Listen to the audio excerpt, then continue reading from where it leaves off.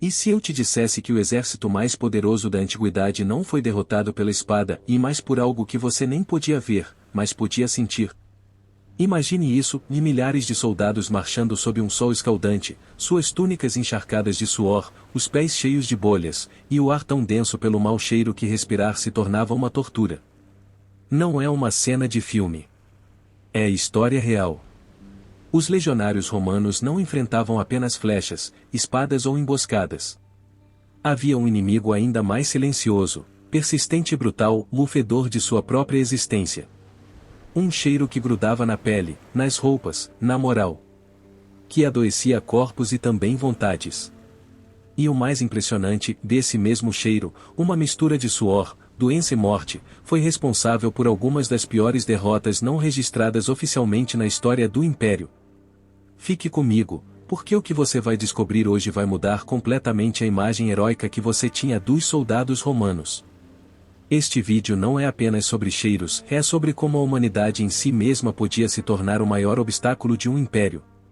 Durante anos, a cultura popular nos vendeu uma imagem elegante do soldado romano, túnicas vermelhas impecáveis, penteados bem definidos, armaduras reluzentes sob o sol. Em filmes como Gladiador ou séries como Roma, os legionários parecem quase modelos de passarela com espadas. Mas essa representação está tão distante da realidade quanto Roma estava da higiene moderna. A verdade era outra. O verdadeiro legionista romano não cheirava a nobreza ou a vitória. Cheirava a humanidade bruta, a suor seco acumulado durante semanas, a pés infectados e a carne cozida pelo sol.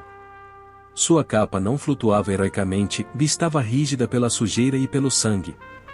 Suas sandálias, abertas, permitiam que a lama, os excrementos dos animais e os parasitas fizessem festa em seus pés rachados. E por que nos mostraram uma versão diferente? Porque o cinema precisa de heróis. E o fedor, e não vende. Mas ignorar esse lado humano é tirar o mérito do que eles realmente suportavam. O que esses homens faziam não era apenas lutar, era sobreviver em um ambiente que os devorava de dentro, dia após dia. Sem chuveiros, sem descanso, sem alívio. E aqui vai uma pergunta para você. Você conseguiria marchar 1000 quilômetros com uma armadura pesada, com o estômago embrulhado por alho e vinho azedo, com seu corpo se decompondo vivo apenas pela glória de um império que nem sabe seu nome? Ser legionário romano não era uma façanha gloriosa. Era uma condenação voluntária ao sofrimento. Cada jornada começava antes do amanhecer e se estendia por horas intermináveis de marcha. Os soldados carregavam entre 30 e 40 quilos de equipamento, escudo, espada, lança, ferramentas, rações e às vezes, até madeira para construir o próximo acampamento. Tudo isso sob o peso de um sol brutal, sem sombra, sem descanso. O uniforme também não ajudava. Usavam túnicas grossas de lã ou linho que, molhadas de suor, grudavam ao corpo como uma segunda pele. Durante o dia elas se encharcavam, durante a noite esfriavam. Essa umidade constante em contato com a pele causava irritações, fungos e doenças dermatológicas que eram impossíveis de tratar em campanha. E as sandálias? De couro aberto, ideais para que a terra quente, a urina dos animais e a sujeira se incrustassem entre os dedos. Some a isso o pó dos caminhos. Eles marchavam por trilhas secas, levantando nuvens de poeira que se misturavam com o suor e se grudavam à pele como lama. Ao final do dia, cada homem era uma escultura de sal e terra. Mas isso não era tudo. A alimentação também ajudava. Alho cru, cebola, carne seca, queijo fermentado e vinho azedo. Tudo isso causava hálito fétido permanente. O mau hálito era comum. A combinação desse aroma corporal com alimentos pesados e sem refrigeração transformava cada tenda em uma câmara de gás. E ainda assim, eles continuavam. Dia após dia, sem descanso nem promessa de recompensa imediata. Porque além da glória, o soldado romano sabia que sobreviver mais um dia já era uma vitória. Diante desse fedor onipresente, os romanos não ficavam de braços cruzados. Embora seus conhecimentos médicos fossem limitados, desenvolveram uma série de práticas, uma mistura de higiene, superstição e desespero, para tentar combater o problema. Em vez de sabonete, que não existia como conhecemos hoje, os legionários usavam azeite de oliva. Eles esfregavam o corpo com ele e depois raspavam a mistura de azeite, suor e sujeira com um instrumento metálico curvado chamado strigil. O resultado? Uma limpeza simbólica, porque, na verdade, essa pasta oleosa apenas deslocava a sujeira de um lado para o outro. Usavam também vinagre diluído, acreditando que ele ajudava a desinfetar o corpo. Muitos soldados carregavam ungüentos perfumados feitos com ervas como mirra, louro ou zimbro para disfarçar o cheiro corporal. Mas esses perfumes acabavam se misturando com o fedor e, às vezes, pioravam a situação de um aroma doce podre que se tornava nauseante. E aí entrava o abalo psicológico. Alguns soldados usavam amuletos contra doenças, acreditando que certos cheiros fortes, como o de alho ou enxofre, afastavam os espíritos malignos que causavam febres. Existem até registros de que queimavam ervas aromáticas nas tendas, não apenas pelo aroma, mas para purificar o ar das energias negativas. Mas o que mais surpreende é isso, muitos acreditavam sinceramente que o corpo tinha que expulsar os maus humores através do suor e que se lavar demais poderia ser contraproducente. Em outras palavras, alguns evitavam o banho por saúde. O resultado era um exército coberto de gordura, pó, superstição e fé cega em práticas que, embora inofensivas na intenção, muitas vezes só pioravam a situação. Nos acampamentos romanos, o mau cheiro não era apenas um sintoma de desconforto, era um sinal de alerta. Os oficiais mais experientes sabiam que, quando o ar se tornava irrespirável até mesmo para os habituados ao fedor diário, algo estava muito errado. O olfato se tornou, sem querer, uma ferramenta de diagnóstico rudimentar. O cheiro fétido e doce de uma infecção supurando, o hálito ácido de um soldado com febre tifoide, o cheiro persistente de fezes devido à disenteria em massa, tudo isso podia alertar que uma crise de saúde estava por vir. E quando essa peste invisível se alastrava, ela corria como fogo entre as tendas. Um homem com febre podia contaminar dezenas. E o corpo, ao adoecer, intensificava o cheiro. A febre o tornava ácido. A pele em decomposição por feridas e fungos exalava um cheiro azedo. O estômago revolto por alimentos contaminados terminava em vômitos e diarreia, liberando odores que se acumulavam em um acampamento sem ventilação ou drenagem. A combinação de tudo isso formava uma atmosfera que os soldados descreviam como espessa, podre ou até inspiradora de loucura. Eles não precisavam de médicos, sabiam, pelo cheiro, que a morte estava por vir. E o mais devastador é que esse fedor não vinha do inimigo e vinha de seus próprios companheiros, seus amigos, seus líderes. Cada respiração era um lembrete de que o próximo a cair poderia ser você. Enquanto historiadores falavam sobre lanças, estratégias e conquistas, havia uma guerra silenciosa sendo travada a cada passo de uma legião, da guerra contra as doenças. E muitas vezes ela era mais letal do que qualquer exército inimigo. Os soldados romanos sofriam em massa de disenteria, infecções intestinais causadas por alimentos estragados ou água contaminada. Bastava uma única fonte de água suja para adoecer centenas. As consequências eram devastadoras, febre, vômitos, diarreia incontrolável, tudo isso em plena marcha ou em um acampamento sem latrinas adequadas. A sarna, os fungos, o pé de trincheira, causado pela umidade constante nos pés, e as parasitoses intestinais também eram comuns, enfraquecendo o soldado de dentro para fora. Muitos viviam com piolhos incrustados nas roupas, que por sua vez eram vetores de febre tifoide e outras pragas. Um estudo moderno estima que, em algumas campanhas, até 60% das baixas não eram causadas por combate, mas sim por doenças. E isso não enfraquecia apenas a capacidade de luta, afetava a moral. Ver seus companheiros morrerem lentamente, consumidos por algo invisível, gerava mais terror do que a própria batalha. E não se deve esquecer de algo, a medicina militar romana era limitada. Embora tivessem médicos, a maioria dos tratamentos era baseada em sangrias, ervas e rituais. Se você não melhorasse por conta própria, morria. E rápido. Assim, dia após dia, a saúde dos soldados se desgastava como suas sandálias, até que não restava força nem para segurar o escudo. Roma não conquistou metade do mundo apenas com espadas. Fez isso também graças a uma obsessão doentia por ordem, disciplina e planejamento. Mesmo diante de inimigos invisíveis como a doença, o Império respondia com organização militar. Cada legião sabia exatamente como montar um acampamento, Skystrom, e esse design não era aleatório.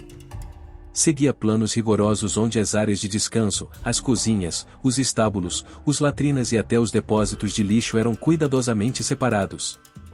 Tudo estava estrategicamente orientado conforme o vento, o sol e o acesso à água. Essa tarefa não era atribuída a qualquer soldado.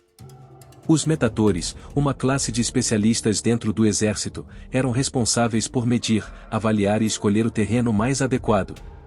Eles analisavam a inclinação do solo, a presença de fontes de água e a facilidade para drenar os resíduos. Em uma época sem mapas, sem satélites, sem laboratórios, eles eram a primeira linha contra as epidemias. E havia também o papel da disciplina. Cada soldado tinha ordens rigorosas sobre onde fazer suas necessidades, como eliminar resíduos e quando purgar seus pertences. Embora não houvesse banheiros, estimulava-se o uso de toalhas úmidas, raspadores, estrigiles e a troca mínima de roupas em dias específicos. Roma até codificou essas regras. Documentos como o de Munitionibus Castrorum explicavam, com precisão quase obsessiva, como um acampamento deveria ser construído e mantido. Não por estética, mas porque sabiam que um acampamento mal distribuído poderia matar mais soldados do que uma emboscada noturna. E ainda assim, apesar desses esforços, Roma também descobriu algo desconfortável, que nem tudo pode ser controlado. Porque nas margens do Império, em selvas, pântanos ou desertos, a lógica romana se confrontava com a natureza caótica e brutal. Um dos episódios mais ilustrativos dessa luta contra o inimigo invisível aconteceu durante o cerco de Cartago, na Terceira Guerra Púnica, por volta do ano 149 a.C. As tropas romanas, lideradas por Cipião Emiliano, enfrentavam uma cidade fortificada, mas também algo ainda mais letal, o ambiente ao seu redor.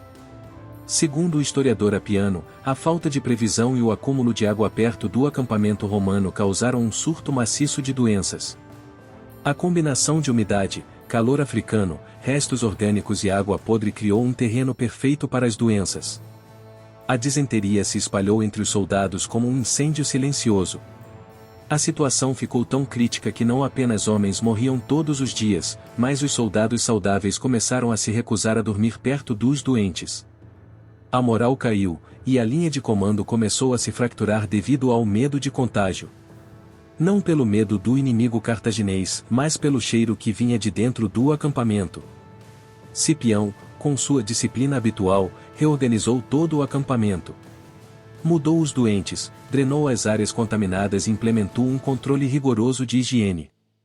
Só assim ele conseguiu conter o desastre.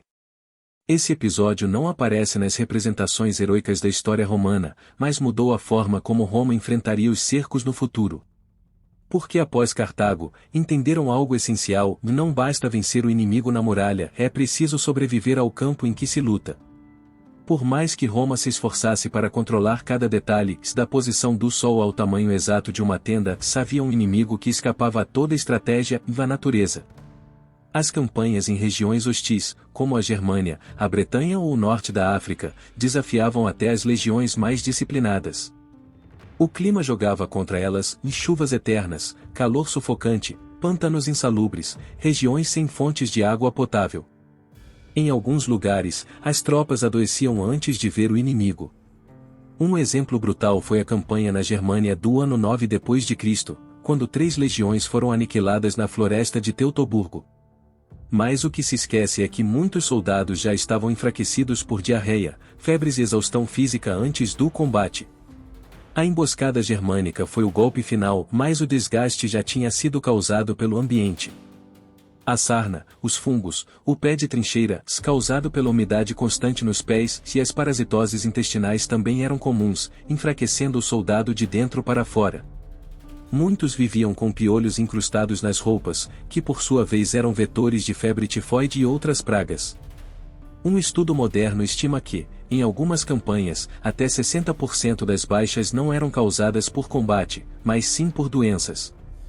E isso não enfraquecia apenas a capacidade de luta, e afetava a moral. Ver seus companheiros morrerem lentamente, consumidos por algo invisível, gerava mais terror do que a própria batalha. E não se deve esquecer de algo: a medicina militar romana era limitada. Embora tivessem médicos, a maioria dos tratamentos era baseada em sangrias, ervas e rituais. Se você não melhorasse por conta própria, morria. E rápido. Assim, dia após dia, a saúde dos soldados se desgastava como suas sandálias, até que não restava força nem para segurar o escudo. Roma não conquistou metade do mundo apenas com espadas. Fez isso também graças a uma obsessão doentia por ordem, disciplina e planejamento. Mesmo diante de inimigos invisíveis como a doença, o império respondia com organização militar. Cada legião sabia exatamente como montar um acampamento, Skystrum, e esse design não era aleatório. Seguia planos rigorosos onde as áreas de descanso, as cozinhas, os estábulos, os latrinas e até os depósitos de lixo eram cuidadosamente separados. Tudo estava estrategicamente orientado conforme o vento, o sol e o acesso à água. Essa tarefa não era atribuída a qualquer soldado. Os metatores, uma classe de especialistas dentro do exército, eram responsáveis por medir, avaliar e escolher o terreno mais adequado. Eles analisavam a inclinação do solo, a presença de fontes de água e a facilidade para drenar os resíduos. Em uma época sem mapas, sem satélites, sem laboratórios, eles eram a primeira linha contra as epidemias. E havia também o papel da disciplina. Cada soldado tinha ordens rigorosas sobre onde fazer suas necessidades, como eliminar resíduos e quando purgar seus pertences. Embora não houvesse banheiros, estimulava-se o uso de toalhas úmidas, raspadores, estrigiles e a troca mínima de roupas em dias específicos. Roma até codificou essas regras. Documentos como o de Munitionibus Castrorum explicavam, com precisão quase obsessiva, como um acampamento deveria ser construído e mantido. Não por estética, mas porque sabiam que um acampamento mal distribuído poderia matar mais soldados do que uma emboscada noturna. E ainda assim, apesar desses esforços, Roma também descobriu algo desconfortável: que nem tudo pode ser controlado. Porque nas margens do império, em selvas, pântanos ou desertos, a lógica romana se confrontava com a natureza caótica e brutal. Um dos episódios mais ilustrativos dessa luta contra o inimigo invisível aconteceu durante o cerco de Cartago, na Terceira Guerra Púnica, por volta do ano 149 a.C. As tropas romanas, lideradas por Cipião Emiliano, enfrentavam uma cidade fortificada, mas também algo ainda mais letal: o ambiente ao seu redor. Segundo o historiador Apiano, a falta de previsão e o acúmulo de água perto do acampamento romano causaram um surto maciço de doenças. A combinação de umidade, calor africano, restos orgânicos e água podre criou um terreno perfeito para as doenças. A disenteria se espalhou entre os soldados como um incêndio silencioso. A situação ficou tão crítica que não apenas homens morriam todos os dias, mas os soldados saudáveis começaram a se recusar a dormir perto dos doentes. A moral caiu, e a linha de comando começou a se fracturar devido ao medo de contágio. Não pelo medo do inimigo cartaginês, mas pelo cheiro que vinha de dentro do acampamento. Cipião, com sua disciplina habitual, reorganizou todo o acampamento. Mudou os doentes, drenou as áreas contaminadas e implementou um controle rigoroso de higiene. Só assim ele conseguiu conter o desastre. Esse episódio não aparece nas representações heroicas da história romana, mas mudou a forma como Roma enfrentaria os cercos no futuro. Porque após Cartago, entenderam algo essencial: não basta vencer o inimigo na muralha, é preciso sobreviver ao campo em que se luta. Por mais que Roma se esforçasse para controlar cada detalhe, da posição do sol ao tamanho exato de uma tenda, havia um inimigo que escapava a toda estratégia da natureza. As campanhas em regiões hostis, como a Germânia, a Bretanha ou o norte da África, desafiavam até as legiões mais disciplinadas. O clima jogava contra elas, e chuvas eternas, calor sufocante, pântanos insalubres, regiões sem fontes de água potável. Em alguns lugares, as tropas adoeciam antes de ver o inimigo. Um exemplo brutal foi a campanha na Germânia do ano 9 d.C., quando 3 legiões foram aniquiladas na floresta de Teutoburgo. Mas o que se esquece é que muitos soldados já estavam enfraquecidos por diarreia, febres e exaustão física antes do combate. A emboscada germânica foi o golpe final, mas o desgaste já tinha sido causado pelo ambiente.